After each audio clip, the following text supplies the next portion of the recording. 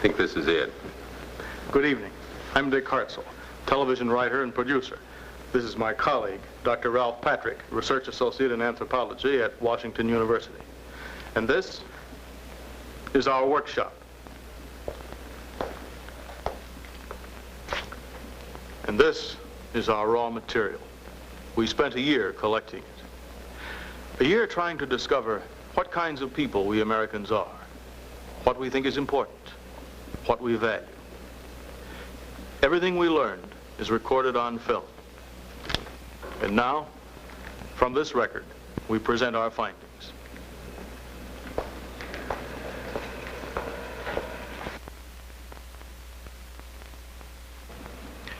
Each time we sketch one type of American: teenage boy, a mass production worker, a poet. Each time we add one more profile in value. We call our report The Search for America.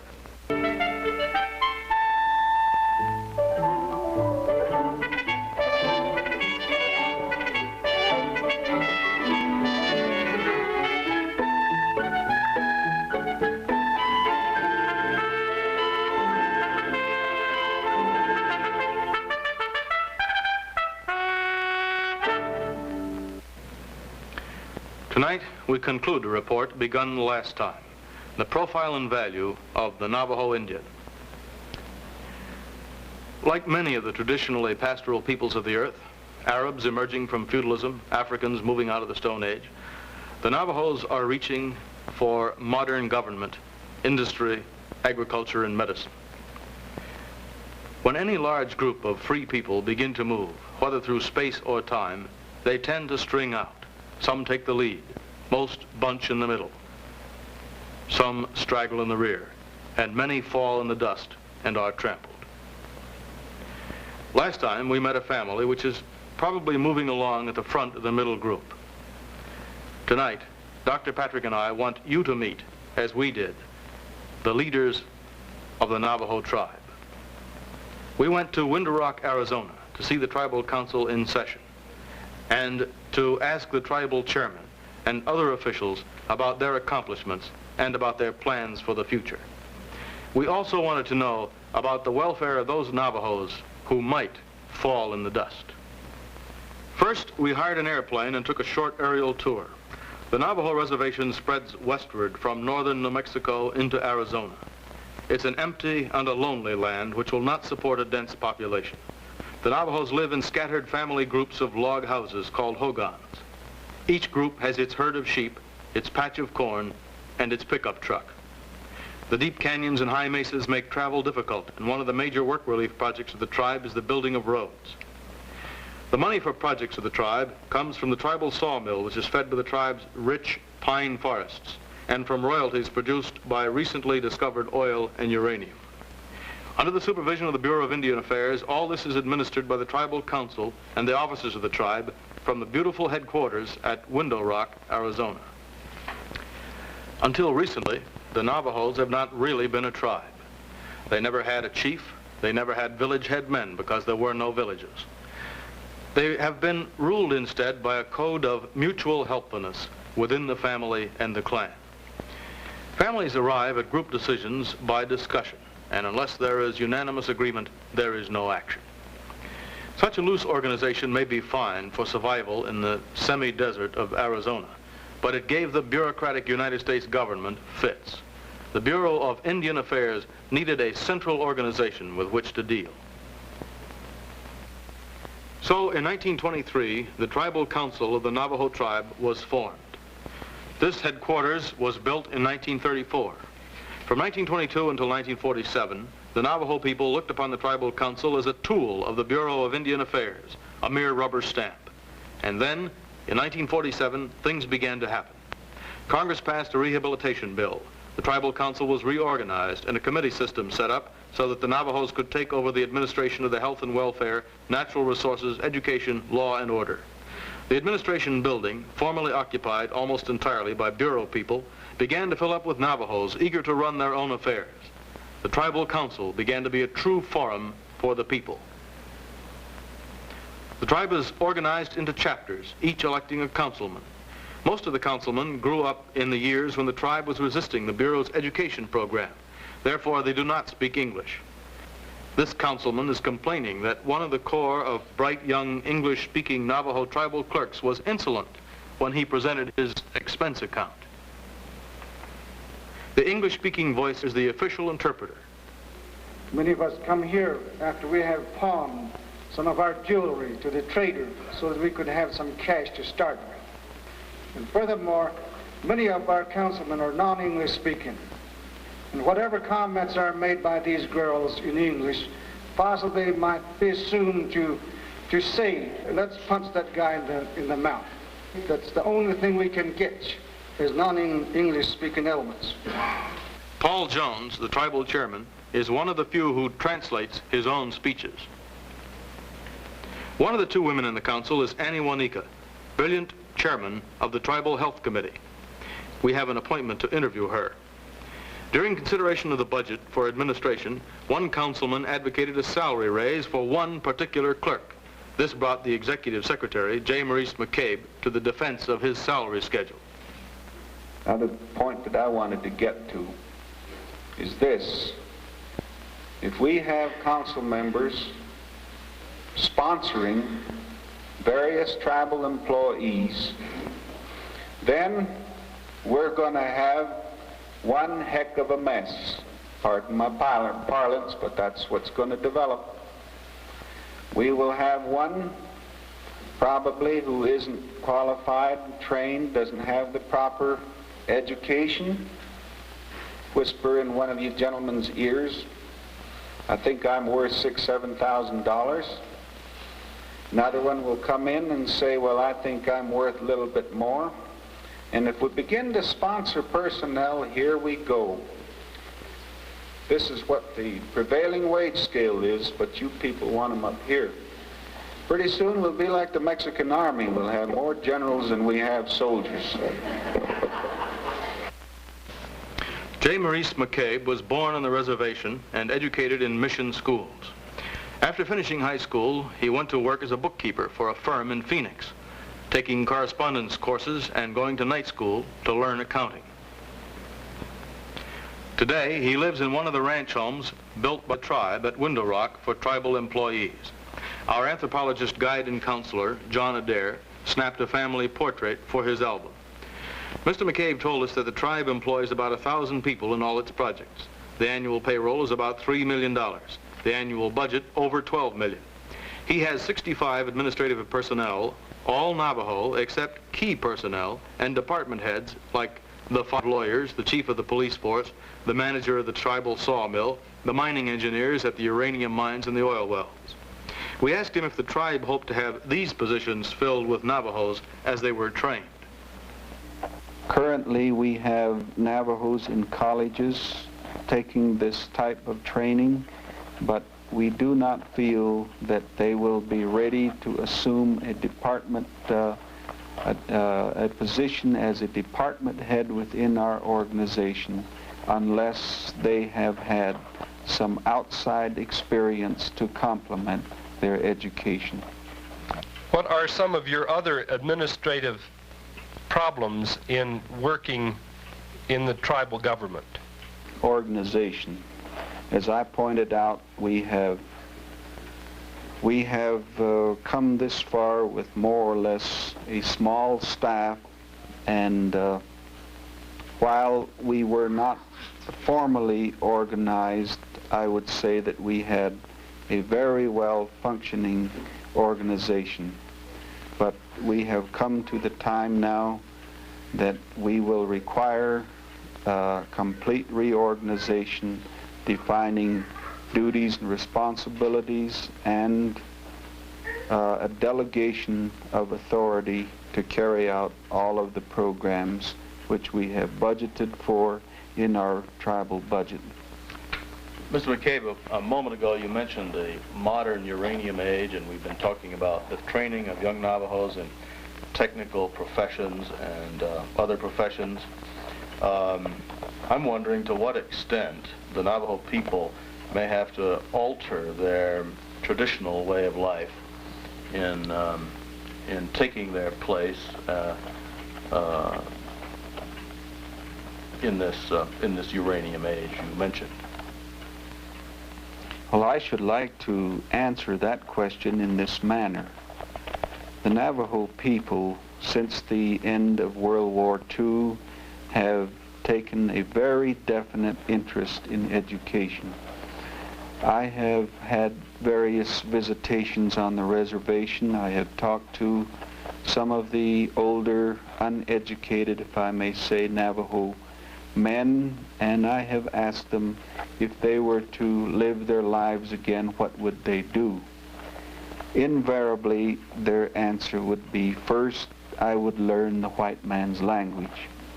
From there on, I could shift for myself if I could just speak English. Nothing was said about technical training or like that. The emphasis was on the fact that he would have to go to school and learn the language. After he learned the language, he would be in a position to compete. Along that same line, I should like to say that these very same people have indicated to me that they have encouraged their young people to attend school and to become educated, and as they put it to me, so they would not have to do the things I did. By that they meant scratch out a living on this desolate reservation of ours from herding sheep or raising livestock. What does that mean then in terms of the future development of life here in this desolate reservation? I mean, what will take the place of herding sheep? I can visualize industrialization of the reservation, and I can visualize a trend to education so that the young people can become educated and either assume and take up jobs in industry that might relocate here or move away from the reservation. I say move away from the reservation, but I mean it in this respect, that they will move from the reservation to seek employment, and they will always return here to visit with the people and perhaps even maintain homes here. Speaking of that, Mr. McCabe, what are some of the values of Navajo culture and the Navajo way of life which either you personally or the tribe would want to see preserved and not lost? Well, the Navajo people feel a oneness, if I may say, with nature. The Navajo people are a genuine people insofar as kindness is concerned, reverence, patience, and a deep feeling for religion. Annie Wanika is the daughter of Chi Dodge, the first chairman of the Navajo Tribal Council and builder of the first really large sheep ranch, a traditional way of life still dear to Annie's heart. We talked with her in the corner of the tribal chairman's office. Since she is chairman of the Tribal Health Committee, we asked her what were the major problems. Pneumonia, infant mortality, and tuberculosis continue to be the big killers of her people. She said that great strides were being made in the acceptance of white man's medicine. Hospitals were overflowing, penicillin shots were eagerly sought for every illness. Sanatoriums, even surgery for tuberculosis, gained new converts every day. But you still can't make a Navajo believe that disease is caused by a bug. And she knows of 4 new young medicine men being trained in her own neighborhood. There is a long way to go. She said that many young Navajos who were getting legal and medical educations which would be helpful on the reservation had become accustomed to the comforts of city life and were remaining there. Is it possible for the Navajo people to hold on to the old way of life and still make an adjustment to the 20th century? That's a very hard question to answer. No, I don't think so. What are some of the things they will have to give up in order to? Well, just like we've been talking about sanitation, Yeah. that they have to improve. And they have to move into a city in order to adjust themselves with this 20th century that you are talking about. Being back here up in the Black Mountains, not near any city nor any community where they have all of these activities, then you just cannot fit yourself into any of these civilization that a white man enjoys. You have to give up a lot of things. And do the old people realize this, and do the young people realize this? Yes, it has been realized, but there isn't much done about it.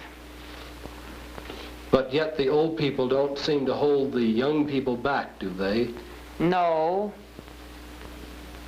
we don't intend to do that, and I've never heard anybody trying to do that as a Navajo. Which things do you think would not have to be given up? I don't believe the religious will not be given up for a long, long time. I don't think the white man gives up theirs too. They hold it to them wherever they go. Of course, we don't have churches to go to. We have these night scenes and a lot of these other dances that we attend. If we carried that to New York, why people in New York will think, well, what's wrong with that Indian that just came to New York, holding all those night chants out in the streets or parks, wherever it is. But the white people do have their church. They go to church in a house, and those churches are all over the country. Wherever they go, there's a church that they belong to, so they don't have difficulty going to that church. But as an Indian, believing in your own ceremonies and your own religious, I don't believe you're fit to go into that community at all. But many times we'll just have to go along with many of these missionaries that are on the reservation, trying to convert them into their religion, and sometimes you find it in big cities. And they will sort of remind you, well, this is the church that the missionary was talking about back out on the reservation, or maybe I'll try and go in and see what is going on. I guess we'll just have to go along with what is offered to us in these places. Now, on the matter of religion, you said that there are not Navajo churches, but isn't it true that the reservation between the four sacred mountains in itself is the proper place for Navajo religion to go on? That's right. We cannot hold it beyond that four sacred mountains. Now, does this affect the return of the people from these cities who want to get back and participate in the religious life? They love to come back and participate in this whole ceremonies. For that one thing, it makes them come back. Even from Los Angeles, the whole carload of Navajos will come back just to attend the squad dance. They love to attend it. And the same would go for the nine-night chants. That's right. I get the impression that the entire reservation, the entire area within the sacred mountains is like a church. I guess that's the way to look at it, from your view. What about your view, Mrs. White? Well, we plan these different ceremonies, and we don't call it church, so it's very hard to say church. Yes. In a certain sense, the Hogan is really the sacred place of worship, isn't it? That's right. And many of them are outdoors. What about the language? The language, some of these children are not taught the Navajo language, especially these young people that are just growing up. Just like my own brother's daughter, Cynthia. She doesn't know a word of Navajo. Is that a good thing or a bad thing from your point? Well, I believe that's decided by the family. I wouldn't answer that question for them. If they desire to have their children not learn the Navajo language, why, that's their business, I think. Mrs. Juanita, are there some things that you would hope, some other things from the Navajo way, besides the religion, that you would hope would be saved and in the new way of life? Yes, arts is for one thing that I believe we should really hold and improve it. You mean like silver and rug weaving? Yes, that's right. And the culture will not change for a long, long time. And some of those things I believe we should hold. And I don't know which one would be, because we'll just see it in years to come, which we're still holding and which we lost, because we're losing a lot of our religious stories and many other things that we've already lost. So time will tell which we're keeping. Time alone will tell which we'll keep. Paul Jones, the tribal chairman, is a man who's been giving time a helping hand for quite a while. As a young man, he was a district supervisor for the Bureau of Indian Affairs in a remote area. He introduced the pickup truck, and he discovered that the Navajo people are quick to see that a truck is better than a horse. Paul Jones is proud of his administration, of the $5 million trust fund for scholarship, of the work relief program, of the program which provides clothes for all Navajo school children, of free eyeglasses and prenatal care, the sawmill, the oil wells, and uranium mines, with legally sound royalty agreements to pay for it all. He looks forward eagerly to the coming Navajo Dam, for which he lobbied and which will irrigate thousands of acres. He expects that a new power plant the tribe is contracting for will provide on-reservation jobs by attracting new industry. And with an eye on future elections, he says many things have only been begun. We asked him if there were any particular obstacles in terms of the traditional Navajo way of life which would hinder the progress and the activities of the tribe.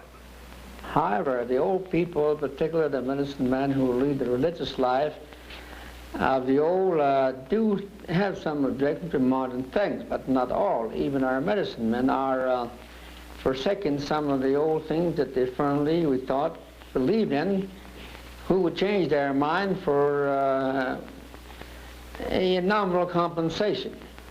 Do you think it's a good thing or a bad thing that the Navajo old people tend to be quite willing to pick up the ways that the young people have learned from the white man?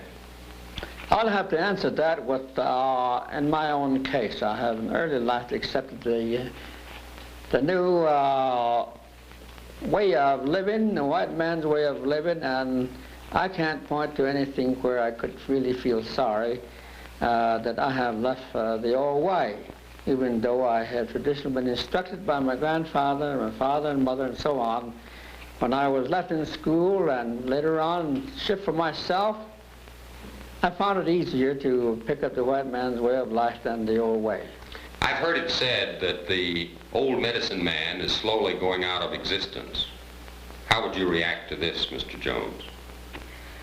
We've had a number of our medicine men in various hospitals for various ailments.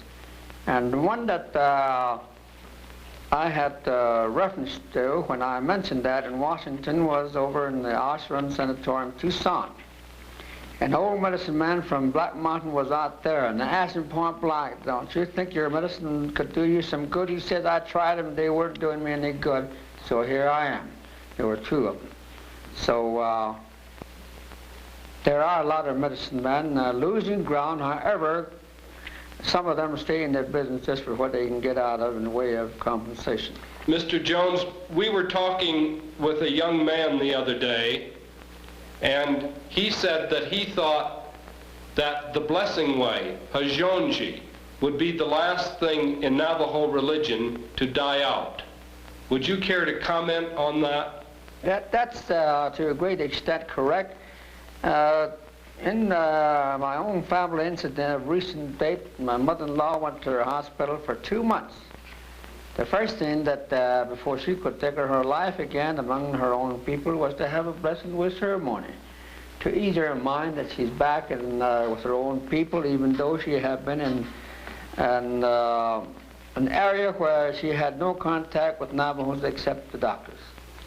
Mr. Jones, what in life do you cherish the most? What do you hold the most dearly? I believe there are many things, above all the education that was my lot. While I would have had enjoyed life much more fuller, much more broader, possibly with a better education, I believe that's the most outstanding. And the enjoyment that I have with the outside world, that I'm beginning to be understood to a point that I am contact from the outside world to a great extent. My advice to the outside world is sought. Even from the political friends of mine, they come to me, what would be your idea on this problem affecting the Indians? Well, we feel that, I feel that the problem of other tribes is not always the same about Navajos. Nevertheless, I do feel that people think well enough of me to ask my advice on some of those things, and that is something that I hold very dear as far as I'm concerned. An old way of life is dying, and Paul Jones welcomes the new. But the thing he holds most dear is the tribute that has been the goal of life among his people for centuries. To so live that you might grow in wisdom and skill to the point that others will seek your help. I'm sure Mr. Jones won't mind if we allow a woman to have the last word. John Adair asked Annie Wanika why the Navajos seem to welcome new ideas so much more readily than other Indians. Well, the changes are so fast, and I'm quite sure the Navajos have realized that we cannot stand still. We got to lift this blanket and go along with other people. We've got to lift this blanket and go along with other people. Dr. Patrick, I'm sure there are many painful problems we've glossed over, but this still seems to me like a thrilling prelude to great things to come for a great people. The Navajo people have long been remarkable for their flexibility, for their ability to grow and to change with changing conditions, for their ability to borrow from other peoples and yet to keep the basic values which make them Navajo. The present and the future pose many problems for the Navajo. Overpopulation on the reservation, problems of conflict between Navajo ideas of harmony with the universe and the family, and white American ideas of striving, competition, and success. But these problems today are being attacked in exciting new ways by people who believe in the possibilities for creative growth of the Navajo way of life. There's the development of the Tribal Council, the tribal scholarship programs, the tribal development of resources on the reservation. But perhaps most exciting of all, the spirit of the Navajo people as they face a world of rapid change that has not overwhelmed them yet.